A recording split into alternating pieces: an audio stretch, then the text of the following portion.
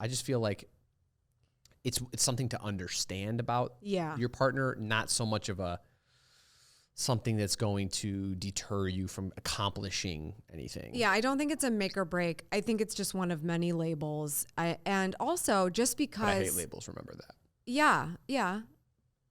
But I think when you are in a situation where you're trying to build a business together, it is good to know different personality types and to find the holes where they are. They may not end up being filled by those two partners or by ownership. Sure. It may be that we're filling those holes by having the right people on the team that supports totally. the mission. I mean, like, it's really just ends up being a team effort. So I think it's like anything. It's like, are you type A, type B? I feel like it's very arbitrary, these types of labels. You can take more detailed quizzes on this matter, and like you can take Strengths Finder, you can take the 4 tendencies. I talk about Gretchen Rubin a lot. Like, there's a lot of different things that. What do you mean?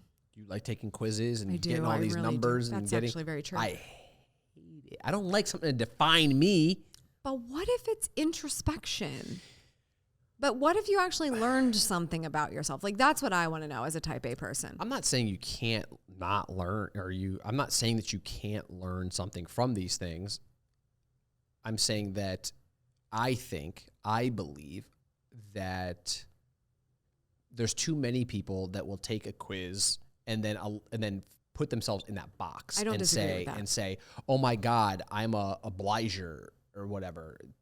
Quiz is the 4 tendencies. 4 tendencies quiz. And that, listen, it helps. Yes, you have to look at it two ways.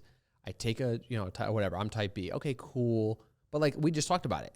I've got some type A, some type. I've got parts of both, but I would never put myself fully into one or the other. With the 4 tendencies, I'm a rule follower. I'm an obliger. I'm a rebel. I'm this.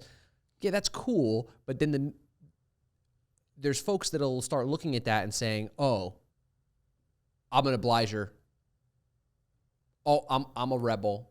I don't know. I don't like putting myself into that box. I can understand that, but I think, like I said, introspection is important. And people do get this wrong.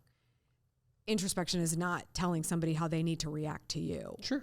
Introspection is, this is what I know about myself and therefore how I work with it. Mm-hmm. So ideally, somebody would take one of these quizzes not to feel attacked, like I just said I was, but to say, oh, I'm an obliger, which means that I am best held accountable externally. And it's not going to come from me very well. So if I know that and I'm trying to do something productive, whatever that goal may be, then I can start to problem solve, reverse engineering it actually getting done. That's my opinion on it. Sure. But you do have to do the right thing with the information.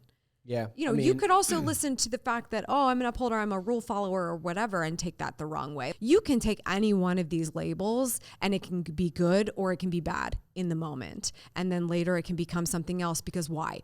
Mark Zuckerberg quit college at Harvard to start Facebook. The Facebook. Right.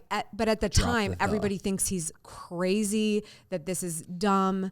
Anybody quitting college back then, the dumbest idea of all time, because that was supposed to set up everybody for success. But now we look back on that and go, oh, what a genius. So I think it's the labels, the decisions, everything. It's what you do with that information. I've been dreaming about the good life, but now I live that good life.